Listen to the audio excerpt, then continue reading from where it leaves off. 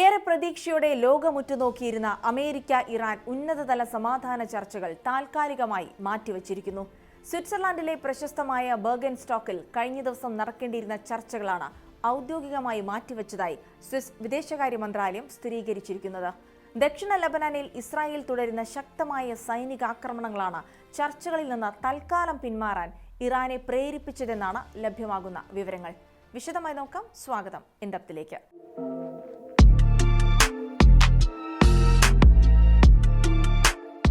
കഴിഞ്ഞ ബുധനാഴ്ച അമേരിക്കയും ഇറാനും തമ്മിൽ ഒപ്പുവെച്ച 14-ഇന താൽക്കാലിക വെടിനിർത്തൽ കരാറിന്റെ തുടർച്ചയായിരുന്നു ഈ കൂടിക്കാഴ്ച.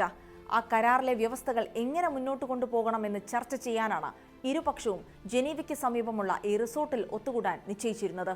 എന്നാൽ ലബനനിലെ സ്ഥിതിഗതികൾ വഷളായതോടെ ഇറാൻ തങ്ങളുടെ പ്രതിനിധി സംഘത്തെ സ്വിറ്റ്സർലൻഡിലേക്ക് അയക്കുന്നത് അവസാന നിമിഷം നീട്ടിവെക്കുകയായിരുന്നു.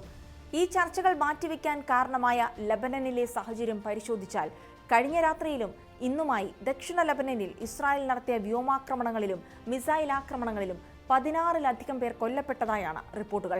ഇറാൻ പിന്തുണയുള്ള ഹിസ്ബുല്ലയും ഇസ്രായേൽ സൈന്യവും തമ്മിൽ അതിർത്തിയിൽ കടുത്ത പോരാട്ടമാണ് നടക്കുന്നത്.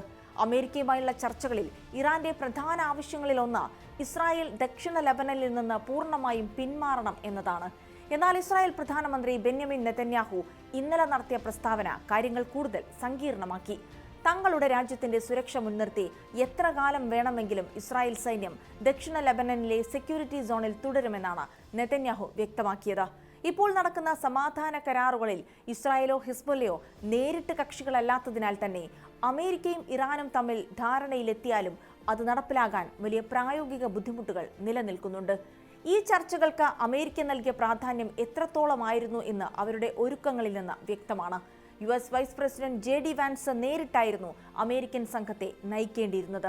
അദ്ദേഹം സ്വിറ്റ്സർലാൻഡിലേക്ക് തിരിക്കാൻ എല്ലാ ഒരുക്കങ്ങളും പൂർത്തിയാക്കിയിരുന്നു.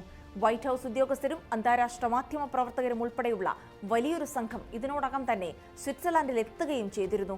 എന്നാൽ ചർച്ചകൾ മുന്നോട്ട് കൊണ്ടുപോകാൻ സാധിക്കാത്ത സാഹചര്യത്തിൽ അവസാന നിമിഷം വാൻസിന്റെ യാത്ര റദ്ദാക്കുകയാണെന്ന് വൈറ്റ് ഹൌസ് അറിയിക്കുകയായിരുന്നു.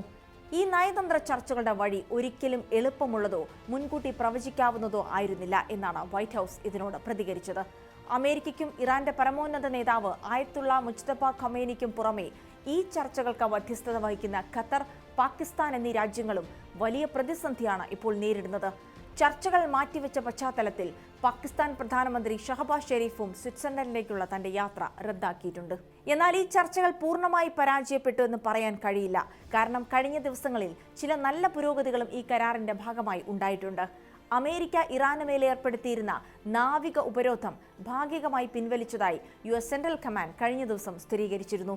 ഇതിന് പകരമായി ആഗോളതലത്തിൽ തന്ത്രപ്രധാനമായ ഹോർമുസ് കടലിടുക്കിലൂടെയുള്ള വാണിജ്യ കപ്പലുകളുടെ യാത്രാ നികുതി ഇറാൻ താൽക്കാലികമായി നിർത്തിവെക്കുകയും ചെയ്തു.